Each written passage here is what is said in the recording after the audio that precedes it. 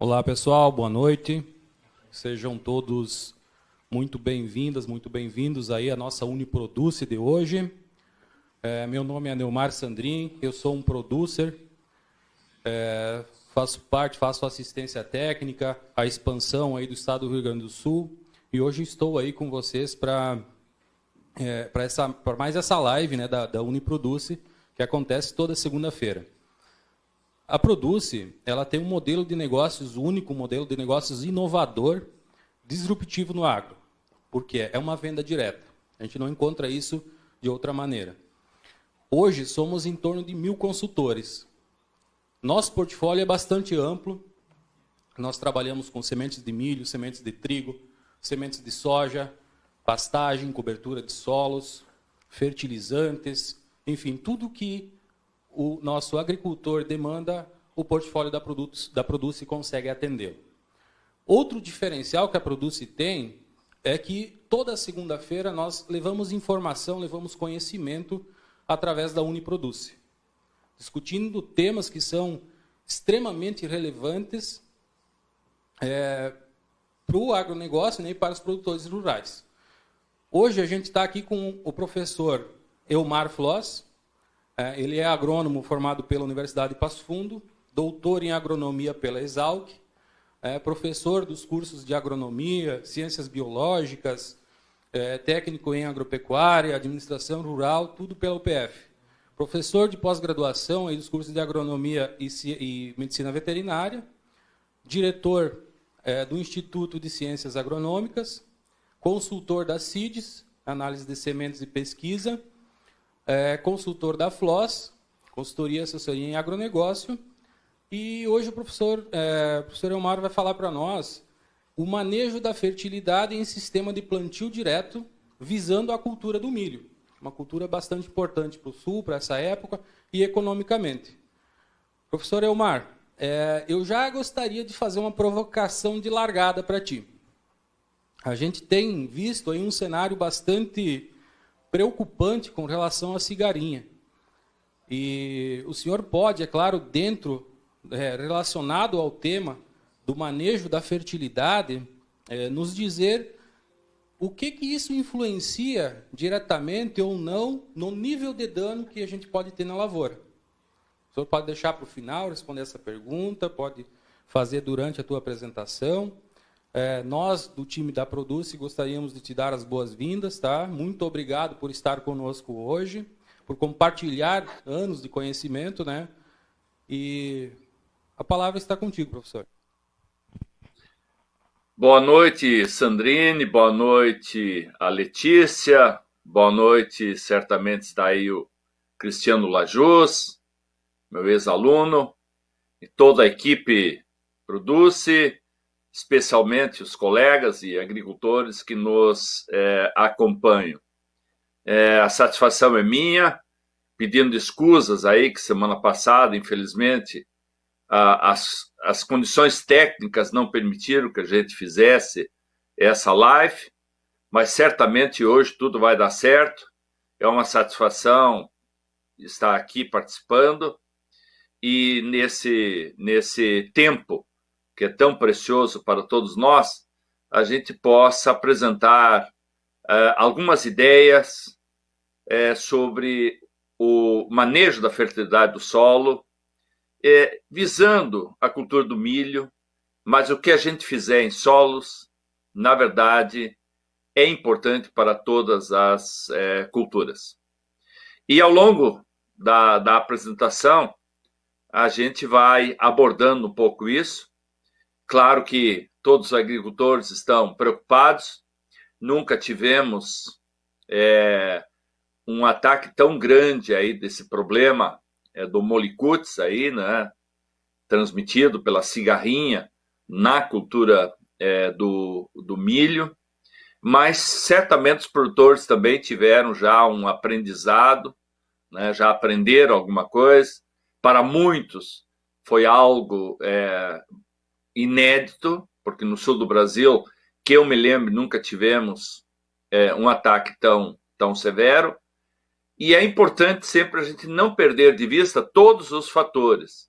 o agricultor olhar agora aqueles híbridos de milho mais atacados, para eliminar, ficar com aqueles menos atacados. Você viu também que época de semeadura foi importante, né? No mesmo híbrido, diferença de 3 semanas no plantio, uma lavoura mais atacada, outra menos.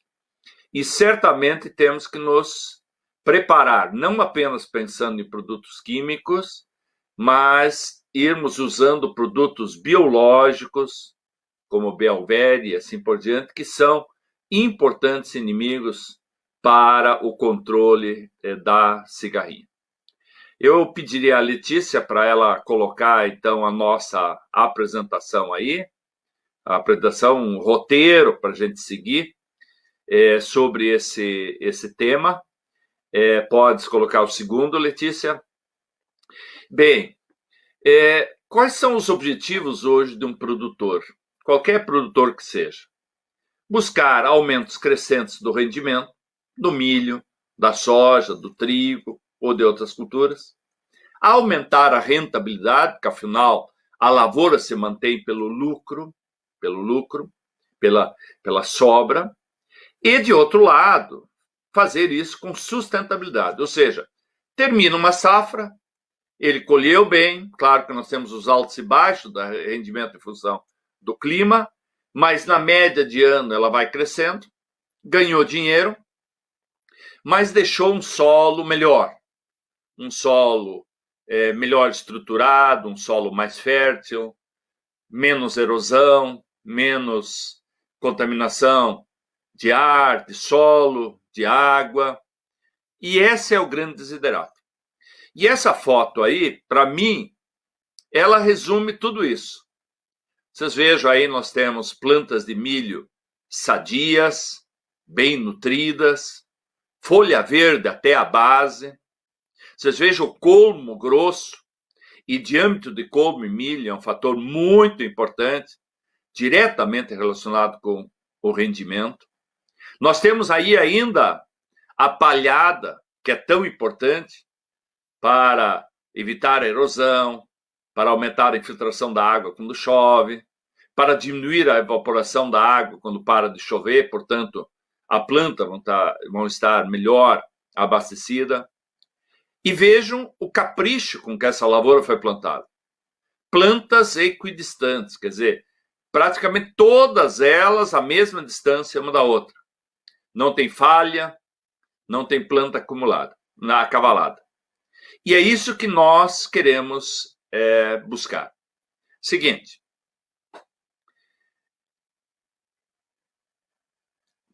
Por favor, o slide seguinte.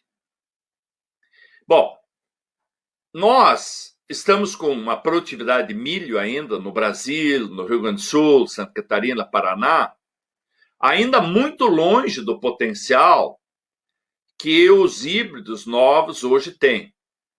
Mas já temos produtores, e mesmo essa última safra, nós vimos isso, que quando usa os melhores híbridos, nos melhores solos, usa a melhor tecnologia de manejo, e o clima ajudar, ou então sob irrigação, de colher até 15 mil quilos por hectare. E, na verdade, a média, ela hoje está em pouco mais do que 1/3 disso. Então, nós temos um gargalo, aquilo que hoje popularmente se chama o gap, quer dizer, entre o potencial e a realidade, muito grande no milho. Muito grande no milho. Seguinte. O milho, ele é importante sob todos os aspectos. Sob ponto de vista econômico, nós temos uma demanda crescente de milho. Vocês vejam que há falta de milho no mundo. Por isso que os preços, nesse momento, estão excepcionalmente altos.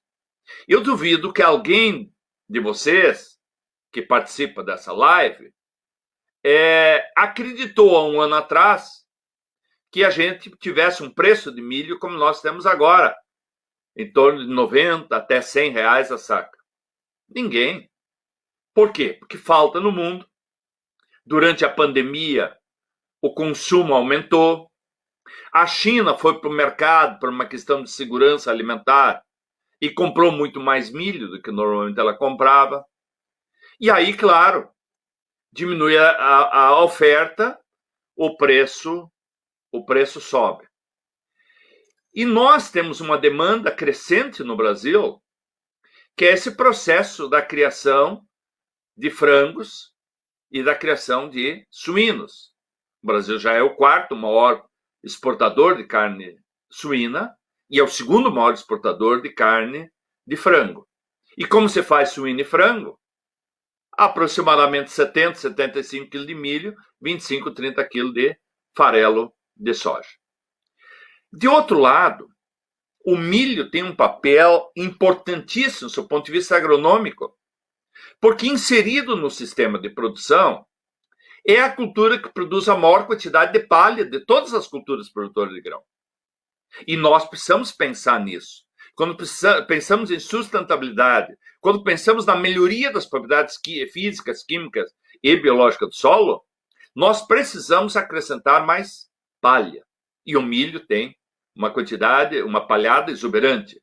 Um agricultor que colhe 9 toneladas, vamos ficar aí, de milho, deixa aproximadamente 9 toneladas de palha. E além da quantidade, é uma palhada de relação carbono-nitrogênio larga, muito carbono, 80, 90 partes carbono para uma parte de nitrogênio. E quanto maior essa relação carbono-nitrogênio, mais lentamente é a decomposição pelos micro-organismos.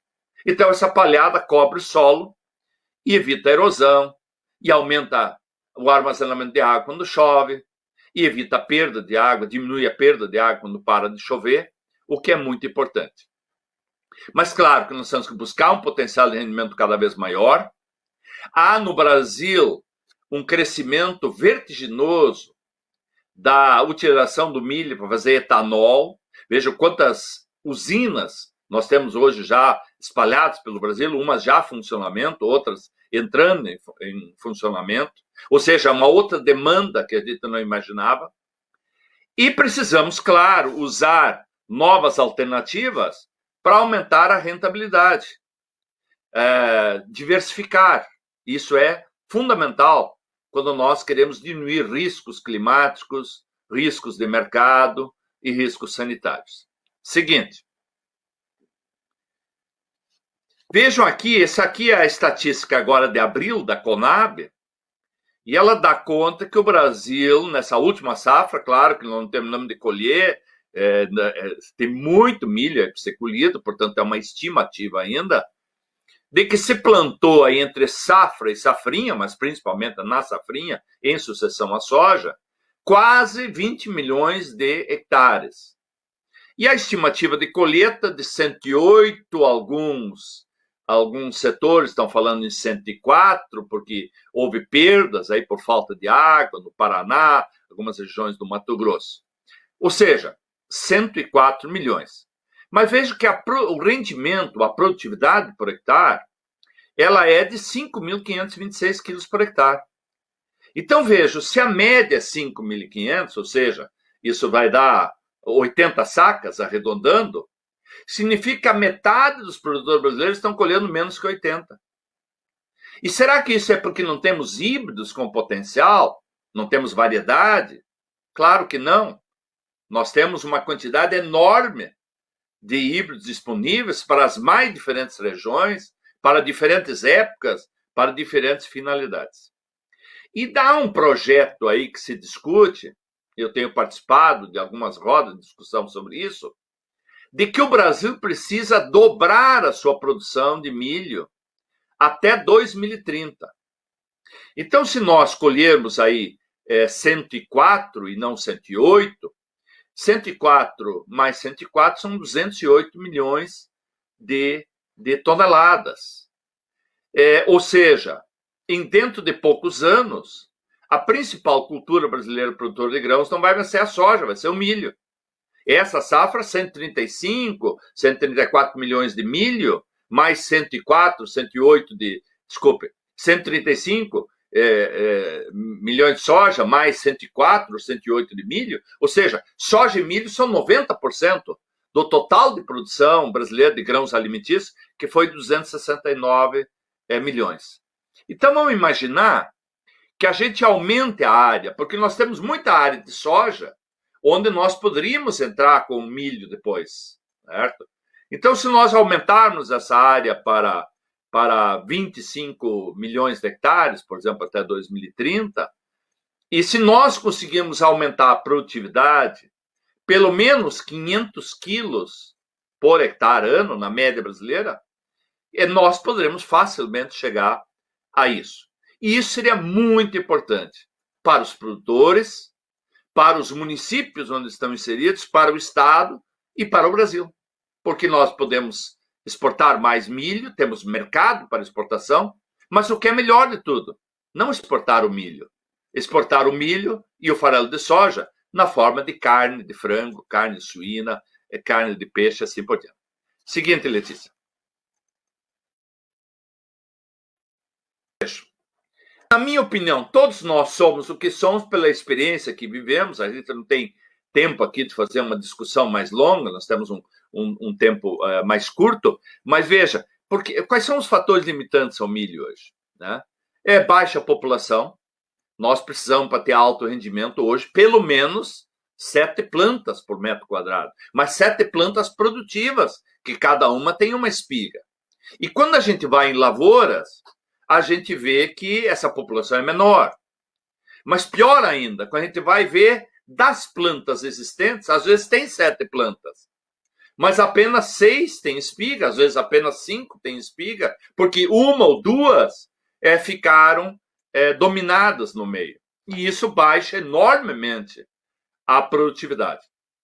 Falta cobertura do solo, falta palhada, adubação nitrogenada aquém do necessário. Nós temos que colocar isso na cabeça. Se eu quero ter alto rendimento, se eu vou atrás de híbridos de alto potencial, eu preciso fornecer mais nutrientes. E o nutriente que mais influi no rendimento do milho é, sem dúvida alguma, o nitrogênio. Claro que nós temos problema de estiagem, o milho tem aquele período crítico, 15 dias antes do pendamento, 15 dias depois, onde realmente as perdas são maiores do que em qualquer outra cultura, mas a gente pode minimizar isso com híbridos de diferentes ciclos, o mesmo híbrido em épocas diferentes. Nós temos que cuidar a salinidade, ainda se coloca grande quantidade de potássio na linha, como o espaçamento é maior, nós, na verdade, colocamos essa semente de milho literalmente na salmoura, e isso diminui enormemente o sistema radicular, o que influi na absorção de nutrientes e de água durante todo o ciclo. E a deficiência de zinco. O milho é uma cultura altamente exigente em zinco. E mesmo em solos argilosos, onde tem alta dose de calcário em cobertura, onde o pH na camada de 0 a 10 está acima de 6,4, 6,5, nós estamos encontrando deficiência de zinco. Ou onde se faz altas doses de fósforo na linha, o fósforo inibe a absorção de zinco. E os solos arenosos, os solos de cerrado, por natureza, são deficientes em zinco. Seguinte. Então, vamos ver um pouco esses fatores essenciais. Seguinte.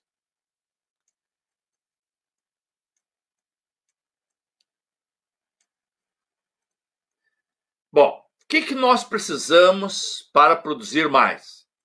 E com esses híbridos, com essas variedades que nós temos hoje. Sem mudar nada. Melhorar as propriedades físicas, químicas e biológicas do solo. Usá-la melhor genética, o melhor híbrido para a sua região, para aquela época de semeador, para aquela finalidade, é para grão, é para silagem. Uma nutrição racional e equilibrada. Um rigoroso controle de plantas daninhas, pragas e moléstias. E tentar minimizar estresses, principalmente com essa estrutura melhor. Seguinte. Então, vejam, o solo é o maior patrimônio de um produtor.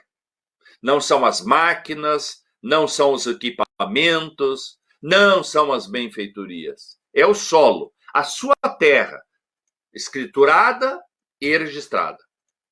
Pois bem, se esse é o maior patrimônio, nós precisamos cuidar deste patrimônio.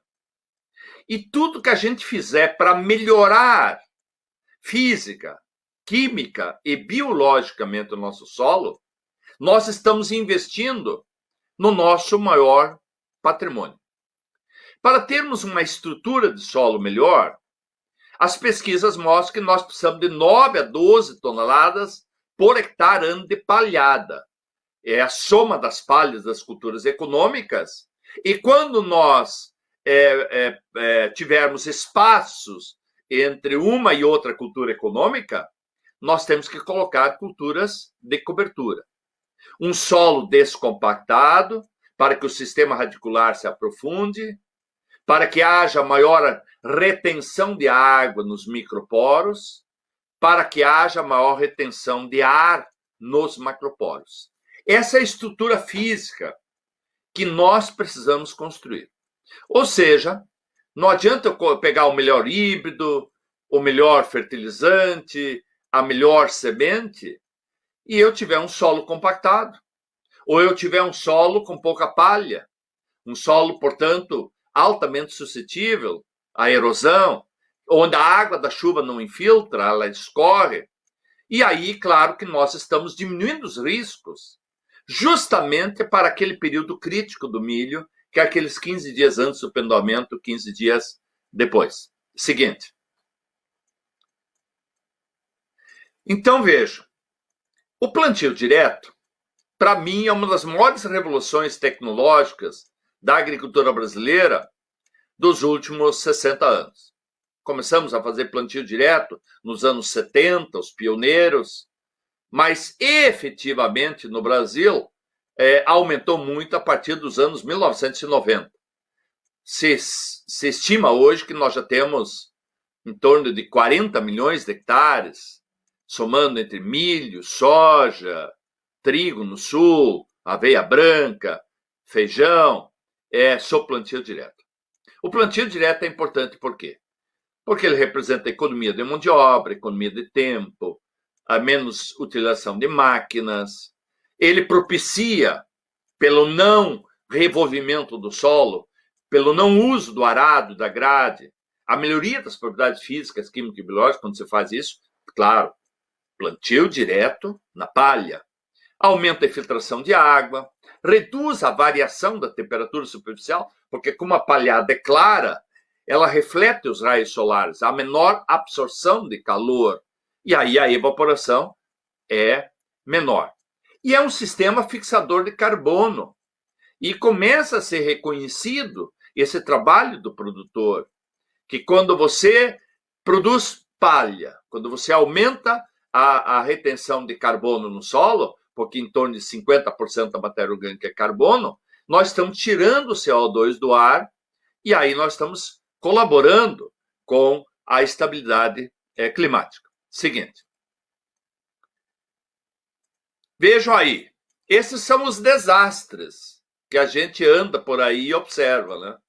As áreas que no inverno são abandonadas, ficam nesse pousio, e aí cresce planta daninha, e vem a buva resistente a herbicida, e vem, dependendo da região, o amargoso, trapoeraba, poaia, e assim por diante.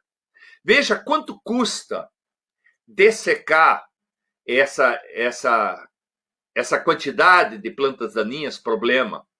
Custa muito caro hoje. Eu até estava pela manhã fazendo um levantamento rápido aqui. Isso aqui hoje custa em torno de R$400 por hectare. Seguinte. Então, tem alguns produtores que olham esse custo e dizem, poxa, eu vou facilitar isso, eu vou fazer isso de forma barata. E pega a grade e passa a grade. Como numa passagem de grade ele não controla toda a plananinha, ele passa uma segunda. Então, vejam essa foto aqui, que eu tirei nessa safra passada. Esse agricultor fez terraço, então, teoricamente, ele tinha conservação de solo, mas, com 2 passagens de grade, ele desagregou completamente esse solo. Ou seja, essa é a pior opção de um produtor, porque com uma passagem de grade, ele destrói a estrutura do solo, destrói a matéria orgânica construída durante 10 anos num sistema plantio direto bem feito. Seguinte. E aí vocês vejam a construção de murunduns. Eu pensei que nunca mais na minha vida iria ver isso, porque isso era feito lá, isso era recomendado nos anos 70. Vocês vejam quanto custa, quanto gás carbônico é jogado no ar, queimando diesel, para construir murunduns. E vejam do lado a montante aí, quanto precisa gastar de novo, com calcário, gesso, cama de aviário, fertilizante, para de novo deixar isso produtivo. Então, o Stalin, um grande professor americano, que é considerado o patrono da conservação do solo dos Estados Unidos, em 1938 ele já dizia: a solução para a erosão não é colocar paredes nos solos, como os terraços, como os murunduns, é colocar chapéu, colocar palha. Então, o murundum é um retrocesso, é voltar ao passado. A grade é um desastre. Ela em nada ajuda naquele objetivo de produzir mais, de ganhar mais dinheiro e melhorar o perfil de solo. Seguinte. Então, vejam, essa é a escada da construção de um solo de qualidade. Claro que lá atrás, quando nós não fazíamos plantio direto, não tínhamos equipamentos, não tínhamos herbicida, então nós tínhamos que usar terraços. Temos que usar terraço, realocamos estrada para evitar que a água da estrada provocasse erosão, usamos corretivos, fosfatagem, potassagem, fizemos escarificação em áreas compactadas, e nós estamos num estágio que eu diria assim, 1/3 desses 40 milhões de hectares em plantio direto no Brasil faz um plantio direto de qualidade. 2/3 ainda é parcial. E o que está faltando? Está faltando resolver duas causas, 2 fatores importantíssimos. Aumentar a palhada e descompactar o solo. Vejam que terraço não descompacta o solo. Terraço não produz palha. Então, colocar terraço é trabalhar em cima do efeito da erosão e não na solução da causa. A matéria orgânica é o fator mais importante na formação de um solo fértil, de um solo produtivo. Porque a matéria orgânica, ela estrutura fisicamente o solo, ela melhora quimicamente o solo e ela melhora biologicamente o solo. Porque nós não temos vida boa, micro-organismos benéficos no solo, se eles não têm comida. E a comida dos micro-organismos é o quê? Os exudatos radiculares, as substâncias, os açúcares, os aminoácidos que as raízes de planta viva liberam, ou então os açúcares, os aminoácidos, os demais compostos liberados quando eles fazem a decomposição. Seguinte, Letícia. Então vejam aqui como é importante isso. Aqui um trabalho feito pela professora e pesquisadora Sandra Fontoura, da Cooperativa Agrária Entre Rios, lá no interior de Guarapuava, e ela fez um levantamento das vantagens do sistema plantio direto em relação ao convencional naquela região dela. E eu queria chamar a atenção aí, vejam, na cevada, em 10 safras, a diferença do plantio direto para o convencional foi de 364 quilos por hectare, ou seja, 17% de aumento. No trigo, em 11 safras, aumentou 561 quilos a produtividade, ou seja, 23% a mais fazendo plantio direto. Então, o plantio direto, além de economizar mão de obra, economizar equipamentos, máquina, diesel, você economiza em torno de 40 litros de diesel por hectare ano com esse sistema, você ainda colhe mais. Na aveia branca, 6 safras, aumentou 661 quilos por hectare, ou seja, 22%. A soja, em 26 safras, aumentou 646, ou seja, 34%. E o milho, numa média de 7 safras, o aumento foi de 1.577 quilos por hectare, ou seja, 20% a mais. Seguinte. Então, vejam, o que causa compactação? Então, vamos discutir os problemas. Na minha opinião, os dois grandes problemas que temos que enfrentar é aumentar a palhada e descompactar o solo. Então, vamos ver o que eu posso fazer para evitar a compactação. Primeiro, grande parte da compactação superficial vem naquelas áreas onde o agricultor faz a integração lavoura-pecuária. Eu não sou nada contra isso, pelo contrário. Eu sou francamente favorável à integração da lavoura com a pecuária. No entanto, é preciso ter muito cuidado para que o pisoteio dos animais, o pastejo mal feito em dia de chuva ou sem rodízio de área, sem uso de cerca elétrica, acabe provocando o pisoteio. O tráfego exagerado de máquinas, muitas vezes desordenado, quer dizer, cada máquina tem uma bitola de largura, e aí cada pneu vai abrindo rastro, temos que cuidar disso aí. O impacto direto da gota de chuva sobre um solo desnudo, um solo sem palhada, porque a palha, as pesquisas têm mostrado ao longo do tempo que a palhada, uma boa palhada em superfície, ela dissipa 95% da energia de uma gota de chuva. Então, o impacto dela, o efeito desagregador do solo, é muito menor. Nós ainda temos aquele problema do pé de arado remanescente lá do convencional, que está ali entre 17 e 23 centímetros, nós temos que romper. Nós temos o pé de grade, cada vez se passa a grade, além daquela desagregação, daquele desastre, do ponto de vista da conservação do solo, que é o uso de uma grade desnecessária, ela cria na sua profundidade um espelho de compactação ali, que é o pé de grade, que às vezes está ali entre a camada de 7, 10, 11, 12 centímetros.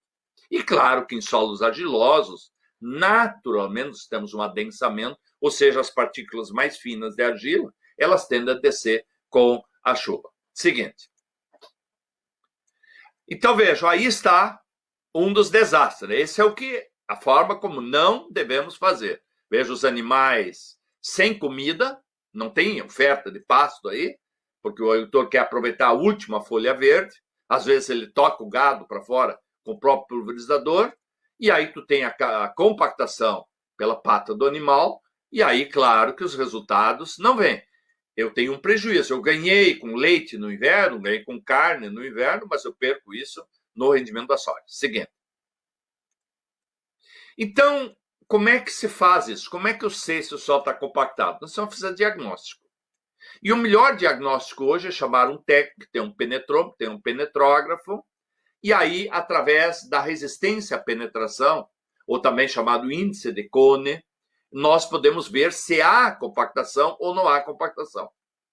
Então, até há pouco tempo atrás, se dizia que sempre que nós tivéssemos um índice de Cone, uma resistência à penetração maior que 2 megapascal, nós tínhamos que subsolar. E os agricultores se largaram a subsolar. No entanto, isto agora parece que não é verdade. Seguinte, muitas pesquisas foram realizadas, mas uma delas muito importante foi realizada por um pesquisador da Embrapa Soja, no seu doutorado na URGS. Ele trabalhou num ano com a soja e depois ele colocou milho na safrinha. E vejam, aqui embaixo você tem ali a resistência à penetração, 1, 2, 3, 4 megapascal, e ele plantou milho. Ele escarificou e aí plantou milho. E vocês vejam que quando a resistência à penetração era menor que 2, ao invés do rendimento do milho aumentar, o rendimento do milho diminuiu 23%. Ou seja, ele perdeu 55 sacas por alqueire, divide por 2,5, vamos arredondar, 18 sacas por hectare. 18 sacas por hectare perdido. Agora, quando a resistência à penetração era maior que 3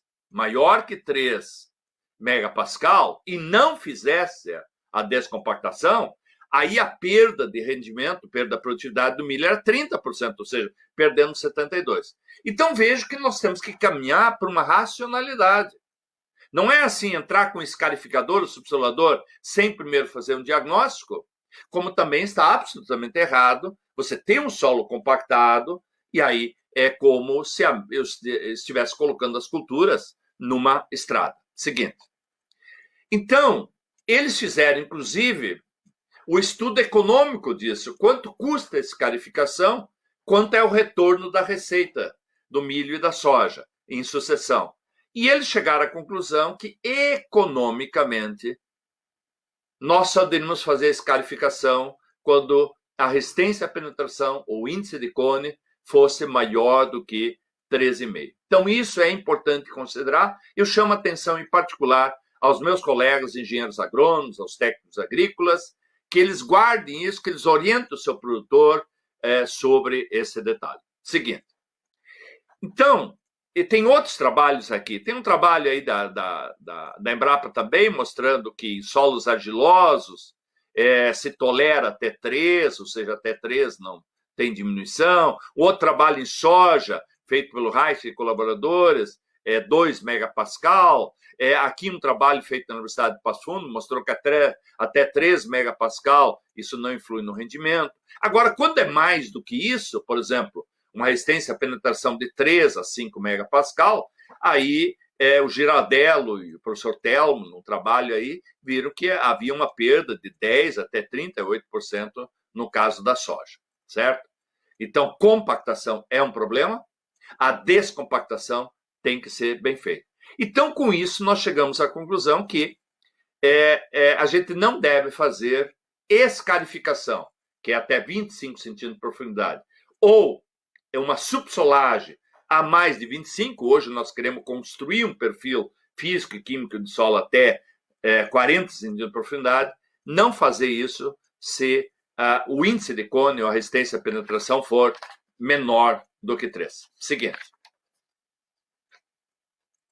Então, vejam, no lado esquerdo aí desse slide, é um produtor, colheu a soja, fez o diagnóstico e viu que tinha uma compactação com mais de 3 megapascal, e aí ele meteu o subsolador, ainda com uma gradinha atrás, né, para fazer, então, a escarificação e já uniformizar o solo.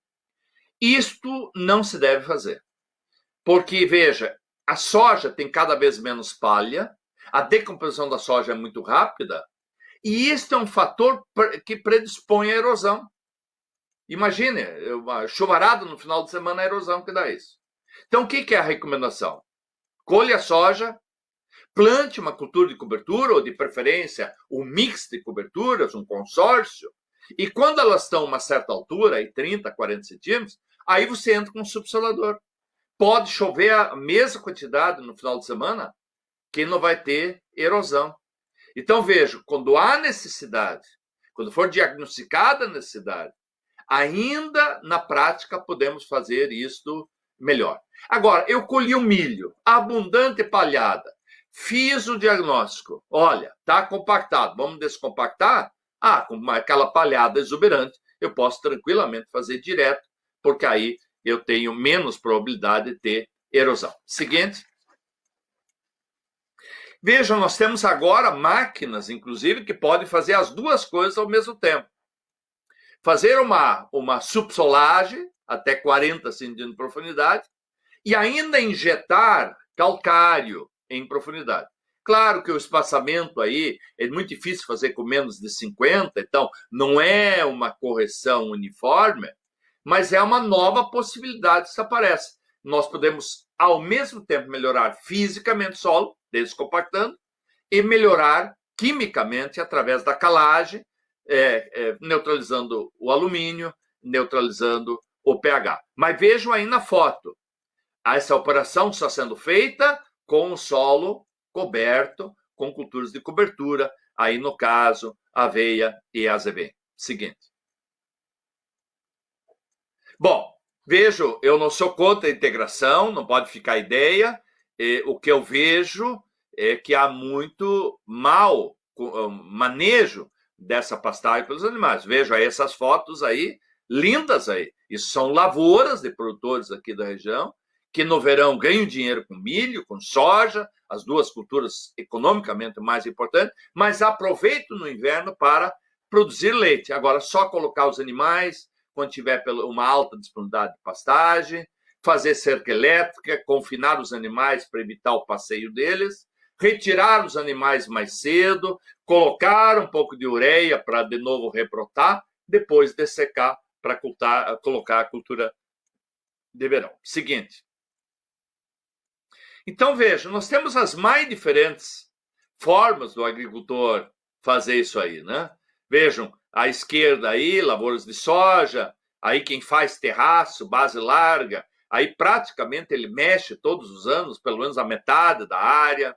A construção de terraços, veja, não resolve o problema da descompactação, não resolve o problema da falta de água, apenas ele delimita o escorrimento. Mas a água tem que infiltrar uniformemente. Não queremos criar açudes, né, na lavoura. Então, o que nós temos que fazer? As culturas intercalares. Entre uma cultura econômica e outra, colocarmos aí, nas regiões frias, aveia, ou centeio, ou consorciado com nabo, com ervilhaca, nas regiões mais quentes, milheto, capim-sudão, sorgo forrageiro, braquiária, ou seja, cobrir o solo. Seguinte. Vejo esse produtor aqui, ele fez o seguinte, ele mais ou menos ajustou a bitola das máquinas, trator, colhedora, pulverizador, para sempre passar pelo mesmo trilho, compactar. E quando ele colhe a soja, ele passa um subsolador apenas onde está compactado. Por que ficar passando o subsolador a lavoura inteira, inclusive desestruturado e não precisado? E um outro produtor, aqui de Carazinho, o Pacheco, o que ele fez? Na área compactada, pelos pneus, ele plantou o nabo, que é um verdadeiro subsolador biológico, e na entrelinha, onde estava descompactado, colocou aveia. Então veja que nós temos diferentes práticas interessantes para resolver esse problema da compactação. Seguinte.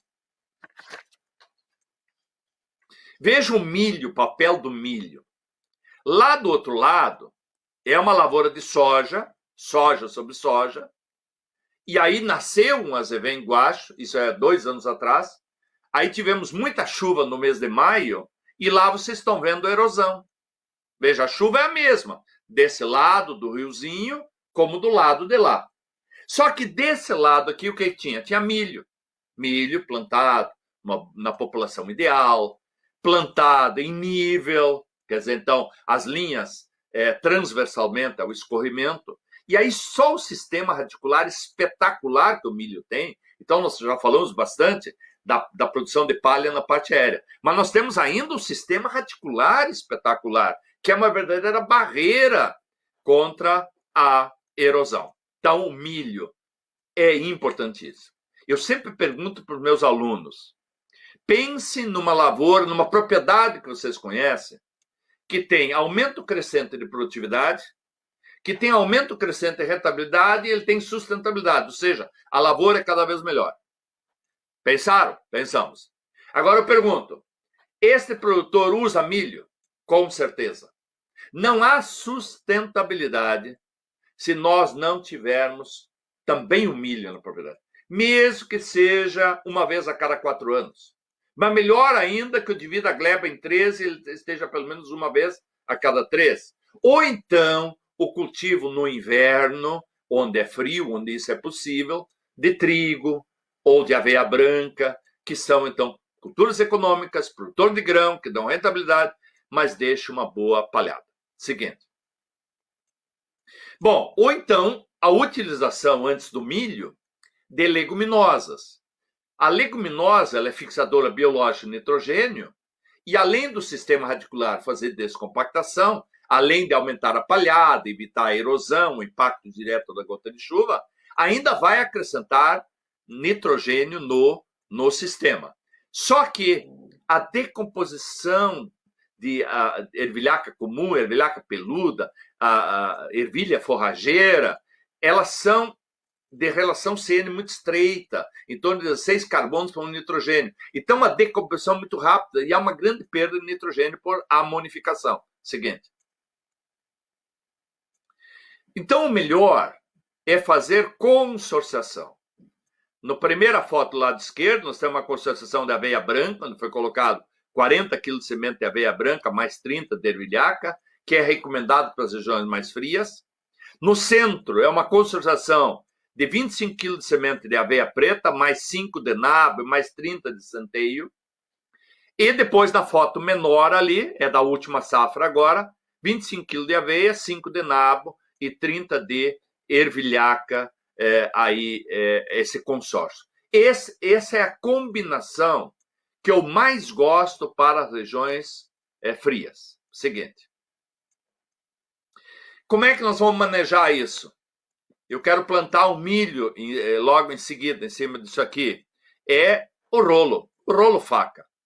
O rolo faca, hoje nós temos realmente uma qualidade muito grande, ele tem um grande rendimento, e ele tritura essas plantas de maneira que facilita a qualidade da implantação das culturas em sucessão. Único cuidado, 15 dias antes da rolagem, aplicar inseticida para evitar que pragas que estejam ali estabelecidas, elas façam a ponte verde, né? Então, é preciso fazer esse controle. Isso aí é muito interessante. Seguinte. Bom, aí nós temos as diversas alternativas que eu já falei, para a região fria, aveia preta, centeio, azevém tetraploide, presta atenção para isso. Não é o nosso azevém comum, que já tem problema de controle com glifosato, que tem um crescimento menor, produz menos biomassa, sistema radicular menor. É o centeio tetraploide. Tetraploide. Está entrando aí, tem disponibilidade de semente. Ervilhaca comum, ervilhaca vilosa, ervilha forrageira. Nós temos as alternativas, temos muito para a região fria. Seguinte. Para a região quente, seguinte, nós podemos usar o milheto, que tem um crescimento exuberante, é um enorme extrator de potássio, porque nós temos uma verdadeira mina de potássio em profundidade. Só que é um potássio que não está disponível.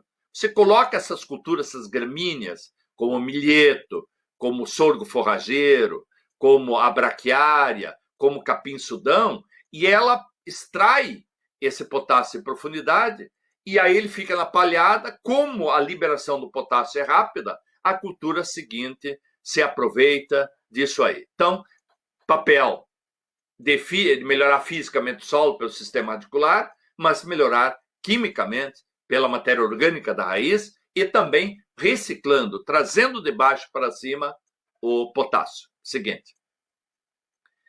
Bom, quanto de N tem nessas culturas de cobertura?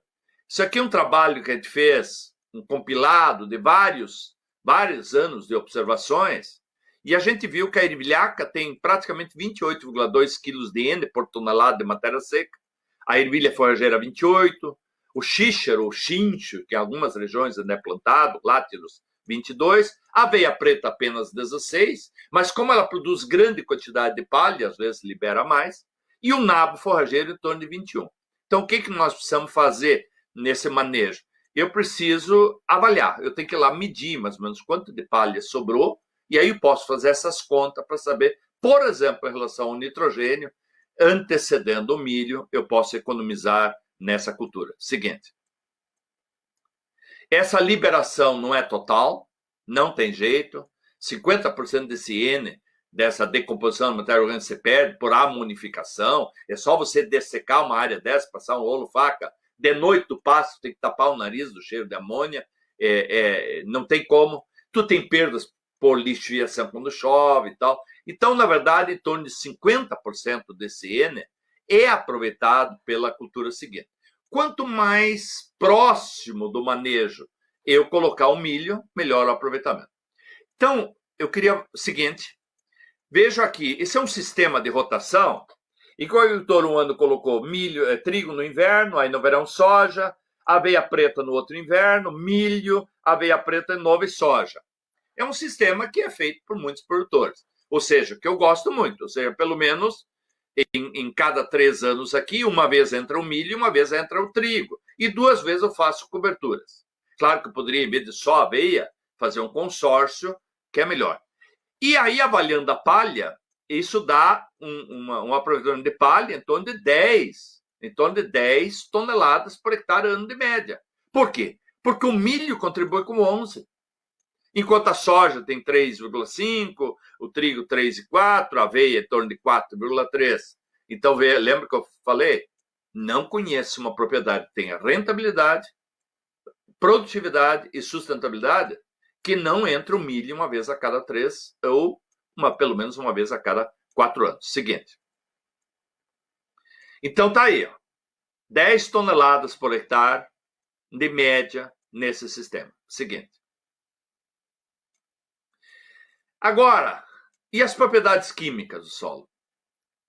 Tem que fazer o diagnóstico, tem que fazer a análise. Infelizmente, os agricultores não gostam de fazer análise. Ele faz adubação sem análise, ele faz aplicação de calcário sem análise, ele aplica gesso sem análise. E principalmente é o preço que estão os fertilizantes nesse momento, que aumentaram muito nesse último ano.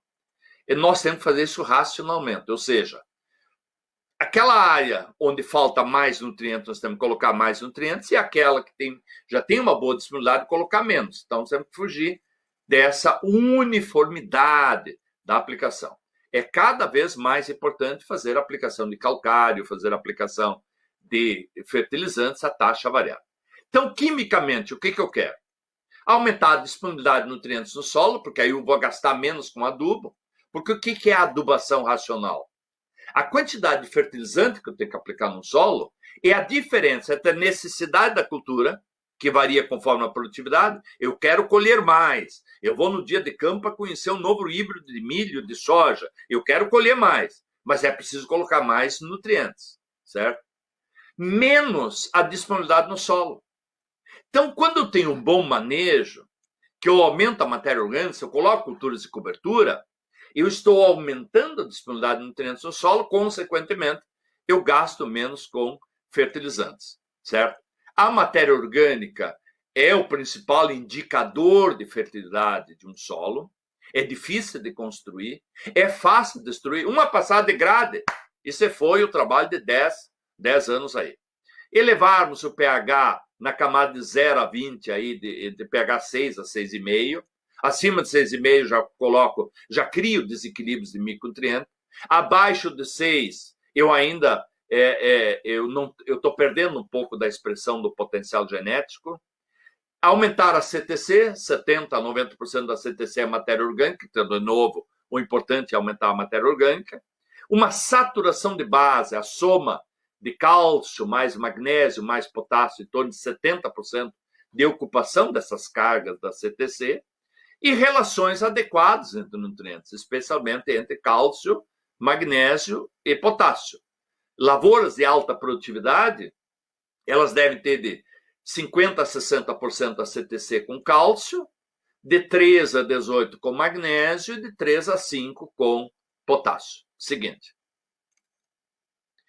Então, aqui é um trabalho do Coraza, que hoje é pesquisador na CCGL em Cruz Alta, orientado pelo professor Santi, e ele mostrou, mesmo aqui, quando nós estamos na era da agricultura de precisão, amostragem georreferenciada, mapa de fertilidade, mapa de colheita, adubação a taxa variada, quando foram ver qual é a diferença entre as glebas de alta produtividade e as glebas de baixa produtividade, o maior diferencial foi matéria orgânica, mesmo até uma profundidade de aí 50, 60 centímetros. Então, matéria orgânica, essa é a palavra-chave para melhorar o perfil de solo. Seguinte. E aí entra também o papel do gesso. O que é o gesso? O gesso é um fertilizante, que fornece cálcio, fornece enxofre, mas esse enxofre sulfato, ele infiltra no solo, ele lixivia quando chove, e ele arrasta cátions. Então, se nós fizermos uma calagem bem feita, nós aumentamos a quantidade de cálcio na camada superficial. Quando aplicamos gesso, o gesso acaba carregando cálcio em profundidade. E isso é realmente muito importante. E aí, só para vocês terem aí uma ideia, isso aqui é uma palestra em 2019 do Djalma Souza, que é o pesquisador brasileiro da Embrapa que mais tempo trabalhou com gesso, infelizmente faleceu em 2020 pela Covid, um amigo pessoal meu, com quem eu estive muitas vezes, mas essa aqui foi a última palestra que ele deu no Congresso Brasileiro de Conservação da Ciência do Solo, lá em Cuiabá, quando ele mostrou aí que milho sem gesso, comparado com gesso, o rendimento aumentou 52%. Ou seja, o gesso neutralizando alumínio em profundidade, que é o principal inibidor de crescimento da raiz, e aumentando o cálcio em profundidade, que é o principal estimulador de raiz, nós diminuímos, nós minimizamos os riscos por estiagem. Veja que no caso da soja, esse aumento foi de 32%, ele foi menor. Por quê? Porque a soja tem uma raiz pivotante que desce, que o milho não tem. Então, ajudando a criar um perfil melhor, o milho responde excepcionalmente para essa característica, e déficits hídricos, pequenos veranicos, infelizmente, são muito comuns entre nós. Seguinte. Quanto à necessidade de nutrientes, tem um trabalho muito interessante, publicado há pouco tempo nos Estados Unidos, em 2003, por Bender, Veloff e Hegel, e eles avaliaram vários híbridos de milho em diferentes locais, em diferentes solos, e produziram em torno de 12 toneladas de grão, e que sobrou 11,2 toneladas de palha de parte aérea. Vamos para o seguinte. Baseado nesse trabalho,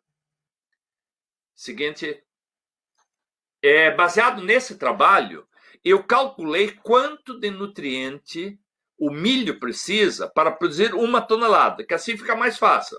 Eu sei o meu histórico. Eu estou colhendo 6 toneladas. Então, é uma adubação, é uma necessidade. Não, eu já estou colhendo 7, 8, 9, 10, 11, e assim vai.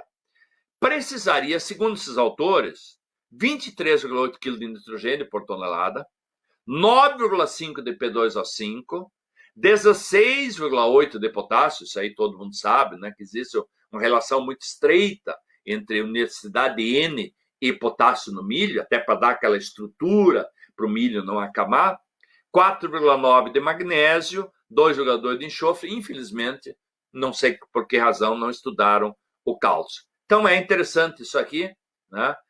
Faço foto aí, faço print aí, para ver isso aí, que isso aí é um bom indicador para ajudá-los. Seguinte.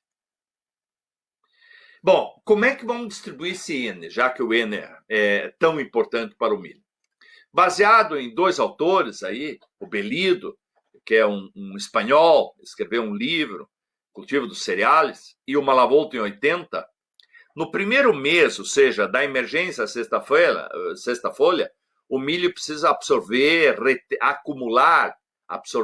em torno de 6% da necessidade de N. No segundo mês, ou seja, do estádio de 6 folhas até 15 dias antes do florescimento, 44% do N tem que estar dentro da planta. Do florescimento até a formação de grãos, mais 37% tem que ser absorvido. E lá no amadurecimento, na formação final de grão, outros 13%. Então, é o seguinte, Letícia, eu calculei, então, para um rendimento de 12 toneladas, 200 sacos por hectare, a gente sempre tem que puxar para cima. Não adianta nós perdermos tempo numa segunda de noite para falar da média. Não, nós temos que ver o que nós podemos puxar para cima. Sempre miro o ideal e faço o possível. Então, estou puxando para 12 toneladas. Para 12 toneladas, o milho precisaria absorver até a sexta folha 17 kg de N. Absorver. Como a eficiência de uso do N é, em média, 50%, eu teria que adubar, ou então o fornecimento pela matéria orgânica, pela decomposição de restos de cultura, de coberturas verdes, ou da cama de aviário, do esterco, em torno de 34 kg de N. Da sexta folha até 15 dias antes do florescimento, o milho absorve, isso em 30 dias, 125 kg de N. Os próximos 30 dias, mais ou menos, considerando o ciclo dos híbridos, do florescimento à formação de grão, ele absorve em 30 dias mais 105 kg de N. E lá no último mês, formação do grão, enchimento de grão e a maturação, outros 37. Seguinte, isso calculado por dia, o milho absorveria no primeiro mês, em média, 570 gramas de nitrogênio por hectare dia. No segundo mês, 4,19 kg. No terceiro mês, 3 kg de N por hectare dia. E no quarto mês, lá no final, 1,23. Então, são umas estimativas baseado em parâmetros que a pesquisa desenvolveu e aplicando isso para um modelo de lavoura. Agora, cada um faz. Não, eu aqui, 9 toneladas já é muito bom, então 9 mil quilos, você calcula para 9 mil quilos e aí você aplica essa percentagem. Ou seja, o que eu quero chamar a atenção é que o milho precisa muito nitrogênio a partir da floração. Então, essa febre de colocar quase todo o nitrogênio no começo, numa região como o sul do Brasil, que temos instabilidade climática e pode chover muito, é um perigo. Porque eu aplico, eu gasto, o fertilizante está caro, o fertilizante está muito caro nesse momento, certo? E daí um pouco vem uma semana de chuva, e onde foi parar o nitrogênio? Infiltrou, escorreu, e aí o milho não tem o nitrogênio. Então, eu gastei e não vou ter retorno. Então, eu parto da premissa que na região de instabilidade climática, que é o sul do Paraná, Santa Catarina, Rio Grande do Sul, nós devemos parcelar o nitrogênio. Seguinte. Bom, isso aqui é um trabalho feito lá no Paraguai que mostrou claramente isso, que até o florescimento, o milho absorveu 63%. E do florescimento em diante, os outros 37%.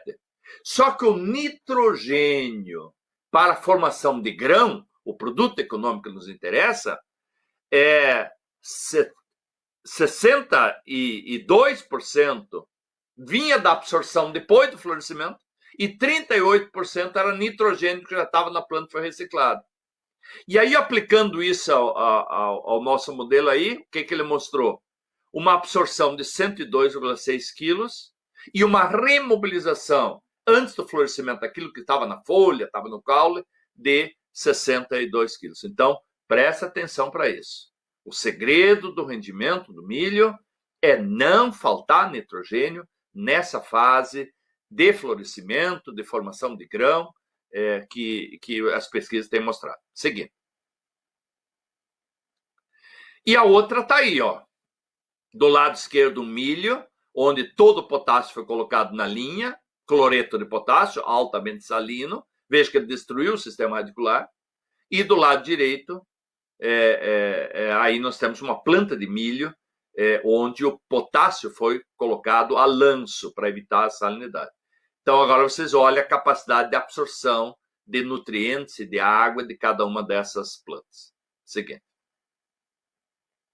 Bom, e para terminar a nossa conversa, porque me pediram que eu ficasse aí em torno de 45 minutos, já passei um pouco do tempo, nós estamos entrando na era da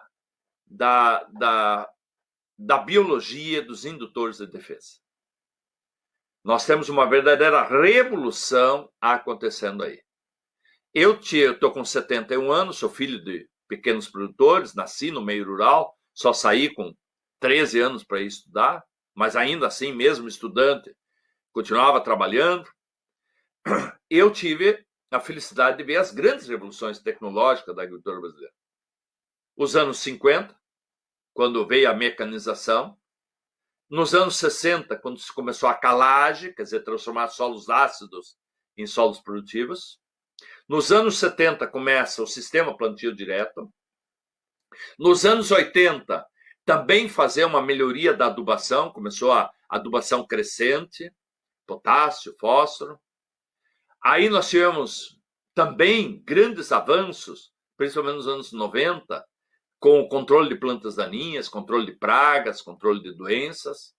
Aí veio nos anos 2000 a agricultura de precisão, a nanotecnologia, o GPS, o computador, a informação, o satélite hoje a serviço. E nós estamos agora entrando na era da agricultura biológica. Ou seja, não é abandonar o adubo químico, não é não usar mais herbicida, não usar fungicida, não usar inseticida. Não. Integrar o químico com a biologia. Sejam micro-organismos fixadores de nitrogênio, como no caso do milho. Eu não plantaria milho em nenhuma região sem colocar pelo menos uma dose de azospirilo. Mas está vindo aí outras bactérias, logo, questão de 4, 5 anos. Nós temos também pseudomonas, nós temos azotobacter que as empresas estão desenvolvendo. Para ter uma ideia, só no Ministério da Agricultura, a ministra disse isso há 14 dias atrás, tem 172 produtos biológicos sendo analisados para serem lançados no mercado. Seguinte, ou micro-organismos liberadores de fósforo, olha que coisa extraordinária. Os nossos solos brasileiros, por natureza, são pobres em fósforo, a disponibilidade é baixa, porque ele é retido pelo alumínio, pelo ferro, mas nós temos, na verdade, um estoque de fósforo fixado muito grande. Pois bem, nós temos micro-organismos hoje, como são os fungos micorrízicos, que nós ainda temos problema aí de inoculação, mas nós temos agora esses bacilos subtilis, megatério, fluorescens, né, que foi desenvolvido pela Embrapa de milho lá em Minas Gerais, que faz o quê? Esses micro-organismos liberam enzimas, chamadas fosfatases, e elas solubilizam aquele fósforo absolutamente indisponível para as plantas, que torna disponível. Então, veja, já falei que nós usamos a planta para trazer potássio de baixo para cima.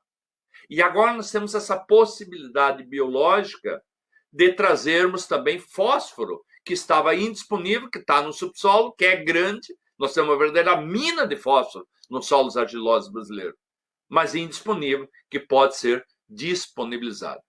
E, finalmente, seguinte, o uso de micro-organismos, também no controle de patógenos, né?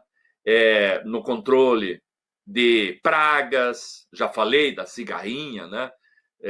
Que pode ser controlada, Beauveria, fungos, bactérias e assim por diante. Ou seja, nós vamos associar a química com outras alternativas. Por isso que cada vez mais nós temos que falar em controle integrado. A rotação de cultura, semente sadia, bem tratada, cultivares com resistência genética, uso, sim, de inseticida, de fungicida, mas também associar isso a patógenos, a micro-organismos e também a indutores, substâncias indutores. Seguinte. Então, para as regiões quentes aqui, que coisa espetacular você plantar o milho e, junto com o milho, plantar uma braquiária. E quando vai colher esse milho, você ter aí uma palhada exuberante, cobrindo o solo, com aquele sistema radicular espetacular. Não conheço nenhuma cultura que tenha uma capacidade de produzir raiz em profundidade como a braquiária. E aí você melhora fisicamente o solo com esse sistema radicular, alimenta micro-organismos, e quem faz integração lavoura-pecuária, imagine, essa foto aí é de Maracaju, no Mato Grosso, eu estava na propriedade, nós medimos, ela estava deixando entre palha de milho e palha de braquiária, com azospirilo, o milho com azospirilo, 16 toneladas de matéria seca. Então, se ele colocar o gado durante um mês, 40 dias, e baixar essa palhada para metade, ainda tem 8 toneladas de palha, que está perto desse mínimo de 9, e ainda ganhou dinheiro com carne. Então, nós temos muitas possibilidades. Eu precisaria falar umas 3 horas, umas 4 horas, quem sabe umas 12 horas sobre isso, porque tem tanta coisa bonita acontecendo. Seguinte, mas nosso tempo esgotou. Espero que eu tenha trazido alguma coisa interessante nesse tempo que nós falamos aqui. Falei um pouco mais de 1 hora, passei do tempo, peço desculpas aí. A Letícia e o Lajus me pediram muito para não falar, mas estou à disposição para responder. Muito obrigado, Letícia, por ter passado os slides. E estou à disposição aí para responder perguntas. Professor, com certeza o senhor agregou muito nessa noite. Nós ficaríamos aqui com o maior prazer te ouvindo aí mais um tempão, se fosse necessário. Nós temos algumas perguntas, professor. Eu vou começar aqui com a pergunta do Robert, onde ele está questionando se é melhor fazer calcário e cama de aviário pós-milho safrinha, ou se é melhor fazer no pós-soja antes do milho safrinha, em terra, em solo argiloso, e onde esse produtor faz somente uma sucessão milho-soja, milho-soja. Eu colheria soja, aplicava, porque eu estou plantando milho imediatamente em cima. Nesse caso eu faria, porque ele tá juntando não apenas o calcário, se eu entendi a pergunta, mas também cama de aviário, certo? Então eu faria isso. Porque se eu aplicar cama de aviário depois do milho, até chegar à próxima cultura, grande parte desse nitrogênio da cama de aviário foi embora. Eu perdi. E quando eu planto milho imediatamente em cima, a maior parte vai ser aproveitada desse nutriente. Perfeito, professor. Obrigado. O Daniel Souza Rodrigues tem uma pergunta aqui também sobre o nabo. Se ao plantar, ao semear o nabo, teria possibilidade de infestar a área, né, e vir causar problemas de controle desse nabo depois? Não. O controle do nabo é muito fácil, não tem problema nenhum. Eu achei que ele estava preocupado das regiões mais frias, onde nós temos o problema do mofo branco. E como nós sabemos, o nabo é um grande multiplicador de mofo branco. Mas se você colocar as vantagens, as desvantagens, eu não tiro o nabo. O nabo como cultura consorciado, não ele sozinho, consorciado com aveia ou centeio, de preferência ainda uma leguminosa junto, e procurar manejar esse nabo antes que ele comece a produzir semente. Porque é uma coisa interessante. A produção de esclerócios pelo mofo branco, pela esclerotínia, ela é concomitante com a formação de sílica.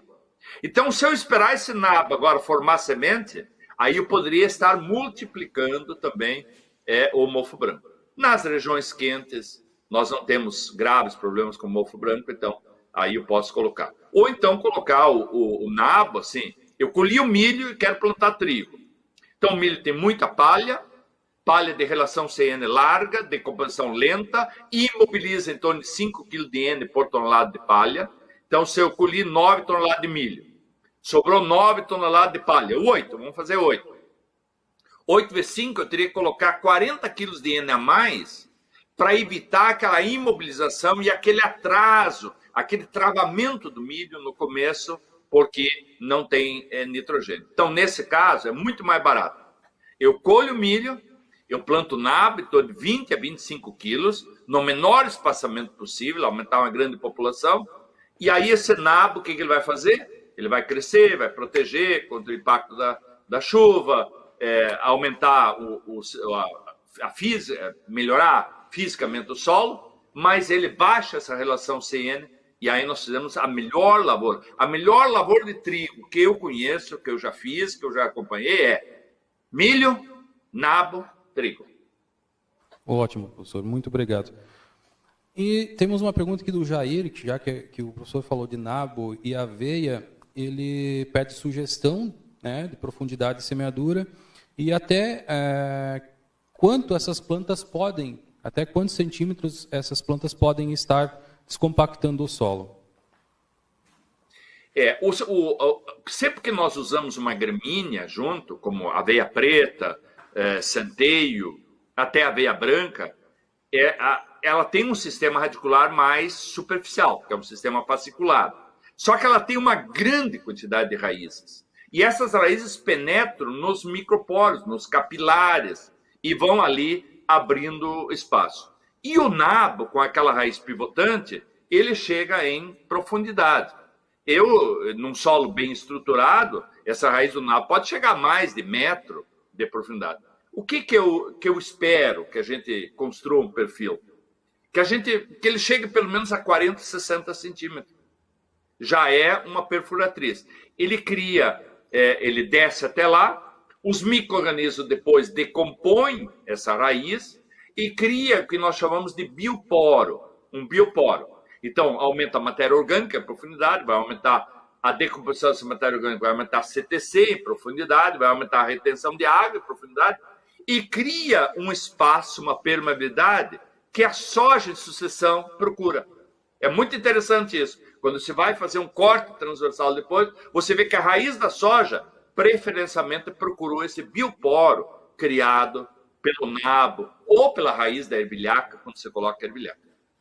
Ótimo, professor. A última pergunta é do Gustavo, e ele pergunta aqui se, quando solteiro, né, se o nabo descompacta mais com a aveia ou vice-versa. Olha, se nós somarmos sempre um consórcio, nós temos um resultado melhor. Um resultado melhor na melhoria física do solo, porque eu tenho plantas. Vamos fazer assim, eu faço consórcio, estou falando de região fria. Aveia preta, nabo e ervilhaca. Nas regiões quentes, poderia ser milheto com crotalária, sorgo com crotalária, capim-sudão com crotalária e nabo, e assim por diante. Então, esse sistema radicular diversificado, combinando plantas de raiz pivotante com raiz fasciculada, isso é melhor do que isoladamente.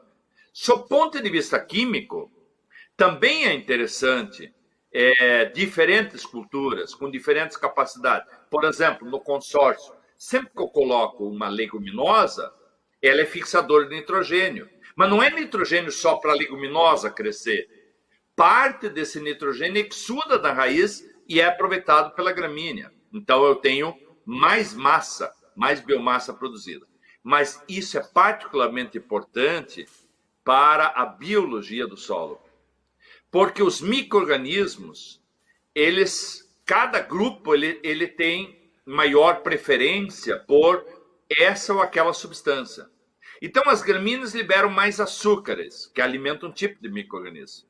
As leguminosas liberam mais aminoácidos, que é outro micro-organismo. O nabo, que é uma crucífera, libera substâncias enxofradas. Então, no consórcio, eu melhoro fisicamente o solo, eu melhoro quimicamente o solo e eu tenho uma maior contribuição à melhoria da biologia do solo. Professor, ótimo, muito obrigado. Acho que a gente viu que manejos muitas vezes simples, eles acabam trazendo um retorno extraordinário, né? Vamos pegar só o exemplo do gesso, que não é um insumo caro para a lavoura, né? E numa pesquisa onde a gente tem um ganho de 52% no aumento do rendimento. Vamos fazer só para pensar, né? Quanto 52% hoje de rendimento a mais no milho traria para o bolso do agricultor, né? No preço que esse insumo, que essa commodity está hoje no mercado. Professor, a gente tem mais algumas perguntas, mas eu entro em contato mais tarde com as pessoas que nos perguntaram, que nos acionaram aí no Facebook, e aí nós respondemos posteriormente, tá? Eu gostaria de agradecer, em nome da Produce, em nome de todos aqueles que nos assistiram, por estar contribuindo aí com essa informação tão valiosa, né, com esses conhecimentos tão valiosos para o agronegócio. Professor, muito obrigado mesmo. Eu que agradeço pela oportunidade, desejo a todos um bom planejamento agora na entre-safra, uma boa implantação das culturas de inverno, não esquecer, agora estamos em tempo de fazer cobertura, quem não pensou, a área vai ficar em pousio, não deixe em pousio, o pousio não interessa para a agricultura brasileira, não interessa. Para pousio não precisa ter máquina, não precisa ter equipamento, não precisa ter GPS, não precisa de pulverizador, não precisa de adubo e não precisa de agrônomo. Então vamos colocar culturas aí e especialmente preparando a nova e grande safra de verão, de milho e de soja para o nosso Brasil. Veja que em 2021 o agronegócio vai gerar 1 trilhão. 1 trilhão. Essa é a grande contribuição do agronegócio.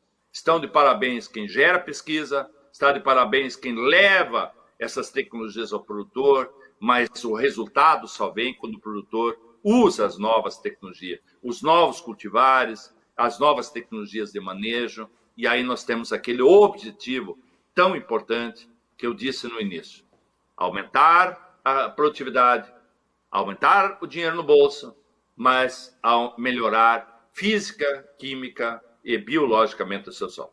Um abraço a todos e até uma próxima oportunidade. Um abraço, professor. Até a próxima. Então, a Produce tem a solução para você não deixar esse solo impulsivo. A gente tem a semente de pastagem, a gente tem a semente de cobertura. Pode falar com um dos nossos consultores. Se você ainda não é um consultor Produce, na tela aí tem um WhatsApp que você pode chamar a nossa equipe e estaremos à disposição para sanar qualquer dúvida. Aqueles que não tiveram as perguntas respondidas, a gente vai entrar em contato e não vai deixar vocês sem resposta nenhuma. Mais uma vez, gostaria de agradecer muito vocês por estarem conosco nessa noite. Muito, muito obrigado mesmo. E não percam a próxima live, a próxima Uniproduce, na semana que vem, no mesmo horário.